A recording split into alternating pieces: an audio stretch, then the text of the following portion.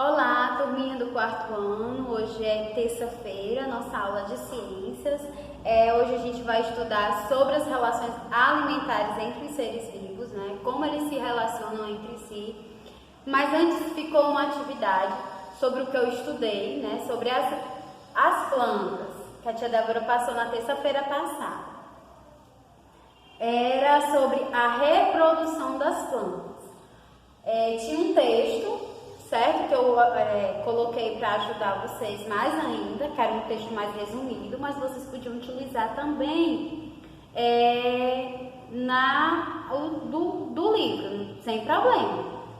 E aí diz o seguinte: quais as principais formas de reprodução das plantas? A gente pode, dizer que é muda, que é a reprodução vegetativa, que pode ser mudas, galhos, folhas e por meio das sementes, da germinação de sementes. 2. As flores são responsáveis pela produção de sementes. Como se chamam os órgãos reprodutores das plantas? As células, os órgãos reprodutores masculinos é o androceu e o feminino, o gineceu. 4. Quais são os fatores que propiciam a polinização? Uma flor macho, ela entra em contato com uma flor fêmea. E 5. Cite 2 exemplos de plantas que podem produzir muitas sementes. Aí a tia Débora colocou. Não pode ser os exemplos do texto. A gente pode colocar muitas sementes. Maçã, uva, goiaba. Cite 2 exemplos de plantas que produzem frutos com somente uma semente. Pode ser pêssego, azeitona, pitomba, ameixa.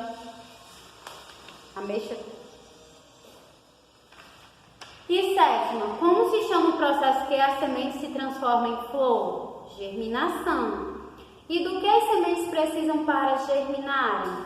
Água, gás e oxigênio e temperatura adequada. Façam a correção, podem fazer dar o vistinho de vocês, tá bom? Sem problema. E aí nós vamos descobrir que os seres vivos, eles se relacionam entre si. E que essa relação a gente chama de cadeia alimentar. Os seres vivos, eles podem interagir com o ambiente e com outros seres vivos. Essas interações, elas podem ocorrer de diferentes maneiras, como por exemplo, por meio da alimentação. As plantas, elas são seres produtores. Por que elas são seres produtores? Porque elas produzem o seu próprio alimento, captando a energia solar. Já os animais e nós seres humanos não conseguimos produzir nosso próprio alimento, no nosso organismo.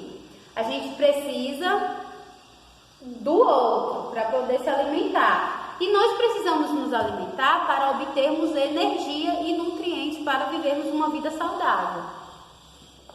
Nesse processo de obtenção de alimento, eles vão estabelecendo relação entre si. E aí que a gente observa, a cadeia alimentar.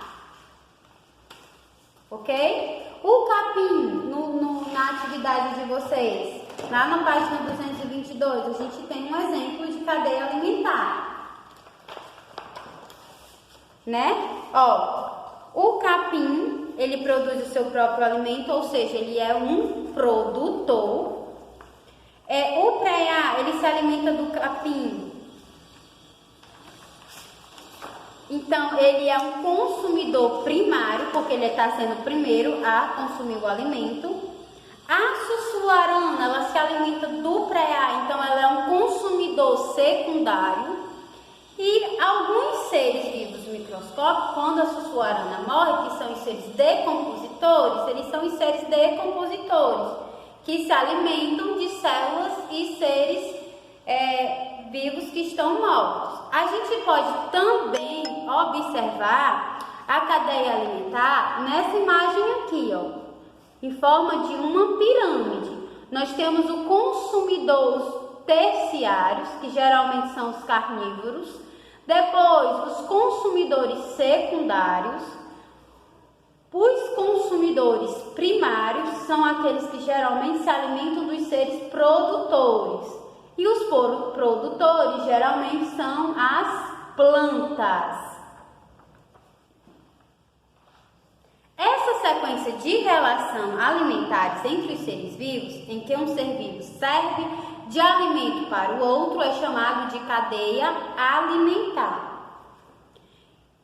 Cada ser vivo ocupa determinada posição em uma cadeia alimentar. E a gente pode também representar em uma pirâmide. O capim, no livro de vocês, diz o seguinte, 223. O capim, ele produz o seu próprio alimento, por isso ele é chamado de produtor. O preá, ele não produz o seu próprio alimento, ele se alimenta de seres produtores. E por isso ele é chamado de consumidor. E como ele se alimenta de plantas, ele é chamado de herbívoro. A sussurarana também ocupa a posição de consumidor na cadeia alimentar, pois ela não produz o seu próprio alimento, ela consome outros seres vivos.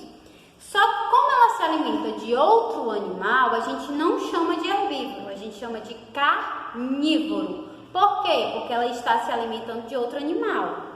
Já os seres, como os fungos e as bactérias, elas consomem restos mortais de outros seres vivos, contribuindo para a decomposição. E aí a gente chama de decompositores, porque eles ajudam, na decomposição para o meio ambiente. O preá e a sussuarana são consumidores, mas eles ocupam posições diferentes. Por que o preá ele é o consumidor primário? Porque ele está se alimentando primeiro da planta. Depois que ele se alimentou, vem a sussuarana e se alimenta dele, que se alimentou da planta. Então, ela é chamada de consumidor secundário. Se houvesse outro predador que se alimentasse da sussuarana, a gente chamaria de consumidor terciário. O que são? Aí temos os animais herbívoros, que são os animais que se alimentam das plantas, os carnívoros que se alimentam de outros animais. Mas também nós temos os animais onívoros, que eles podem variar sua alimentação. Ora se alimenta de planta, ora se alimenta de animais. Então a gente pode dizer que os onívoros eles se alimentam tanto de plantas quanto de animais. O ser humano é um ser onívoro, o cachorro, o lobo-guará, alguns ursos, o avestruz e a galinha são exemplos de animais onívoros. Quais são os animais herbívoros? Aqueles que se alimentam de plantas. A gente pode dizer o preá, um rato, um gafanhoto, um grilo. Quais são os animais carnívoros, O leão, a onça, o gavião, a cobra. Então, assim, a cadeia alimentar nada mais é do que uma transferência de energia e de nutrientes para os seres vivos. Porque quando a sussuarana come o preá, ela está passando a energia que a planta passou para o preá e, consequentemente, ele também está comendo a energia, se alimentando da energia do preá. Então, nada mais é do que transferência de energia e de alimentos. Os nutrientes, eles são transferidos entre os seres vivos, da fonte de alimento para aquele que o consome e podem retornar ao ambiente graças aos seres decompositores. E na 225 a gente observa como os seres decompositores eles atuam. Diferentemente do que ocorre com a matéria, a quantidade de energia diminui a cada nível de cadeia alimentar. O Sol é a fonte primária de energia em uma cadeia alimentar. Por quê? Porque se nós iniciamos a cadeia alimentar pelas plantas, a planta ela precisa da captação da luz solar para fabricar a fotossíntese. Então, ele é essencial nesse processo. Cada ser vivo utiliza parte da energia para o funcionamento do organismo e parte dela é perdida sob a forma de calor. Por exemplo, o capim utiliza a energia da luz solar para produzir seu próprio alimento. Essa energia fica armazenada nele. Ao se alimentar do capim, o preá obtém parte da energia presente nessa planta. E ao se alimentar do preá, a sussuarana obtém parte da energia presente nele. Na 225 tem um esquema representando esse fluxo. E aí nós podemos dizer que nós temos uma teia alimentar. Começamos por